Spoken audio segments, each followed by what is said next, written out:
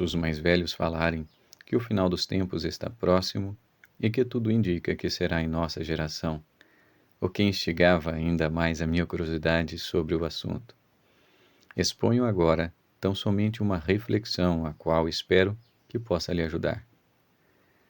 Na aula 9 do curso online de filosofia, o professor Olavo de Carvalho afirma que o fenômeno do milenarismo é um elemento importante na formação da mentalidade revolucionária, sendo uma expectativa ou a esperança de um reino futuro de paz, ordem, justiça a acontecer quando da vinda de nosso Senhor Jesus Cristo, ou, por exemplo, da perspectiva islâmica, quando da vinda do Mahdi.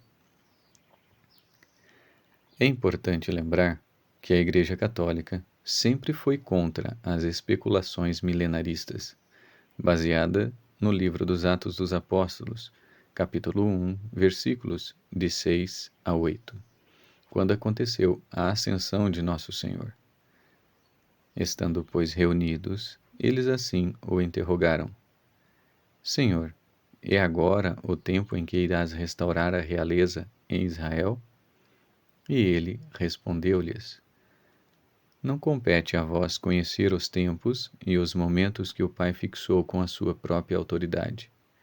Mas recebereis uma força, a do Espírito Santo, que descerá sobre vós, e sereis minhas testemunhas em Jerusalém, em toda a Judéia e a Samaria, e até os confins da terra. No Evangelho de São Mateus, mais precisamente no capítulo 24, quando Jesus estava explicando aos discípulos sobre o final dos tempos, ele afirmou que ninguém sabe a respeito deste dia e hora, nem os anjos no céu, nem o Filho, mas somente o Pai. São Paulo, quando escreveu a primeira epístola aos Tessalonicenses, no capítulo 5, dá dicas de como se preparar para este momento.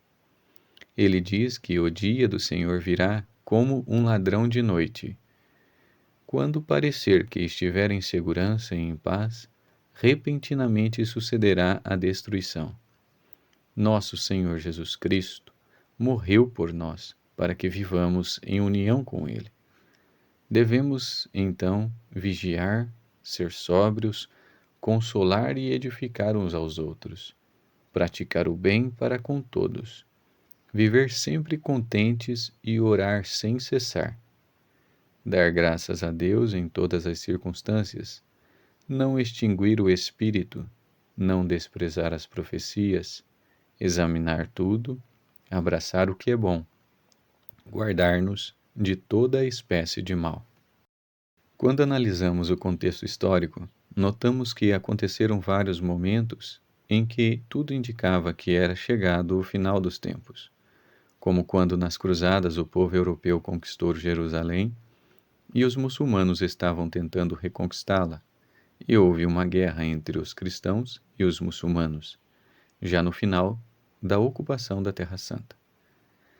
Nesse momento, em que estavam lutando os cruzados e os templários contra os muçulmanos, apareceram os guerreiros mongóis de Gengis Khan, que ninguém sabia de onde vinham.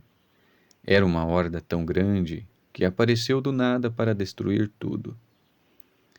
Eles só não acabaram com tudo, com os cruzados, templários e muçulmanos, porque veio um recado de que eles precisavam retornar, pois o Gengis Khan tinha falecido e precisavam eleger um sucessor.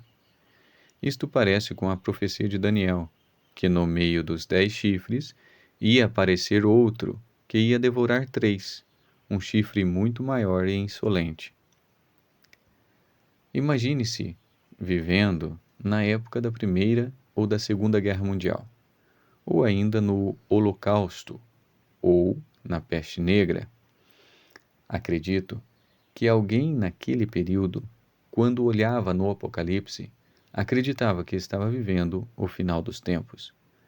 Diante disso, podemos constatar que não há possibilidade de saber quando será o final dos tempos, pois sempre houve e haverá guerras e rumores de guerras, além de todo tipo de catástrofes.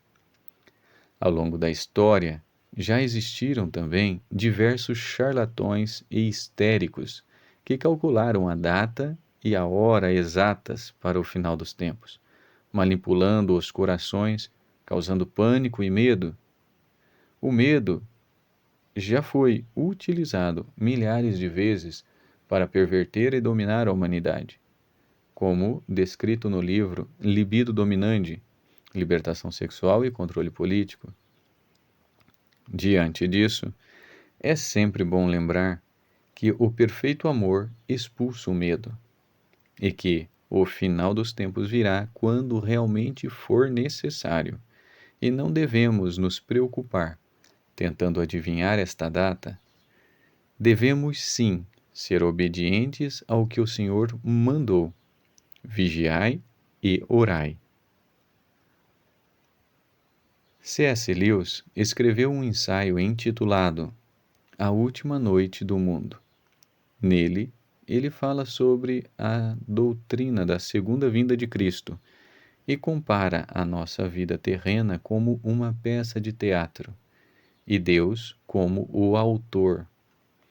Nessa peça, não sabemos em que momento estamos atuando e nem quem é o ator principal e o secundário, mas o que realmente importa é atuarmos da melhor forma possível, cada um o seu papel. A obediência é a chave da vida. C.S. Lewis.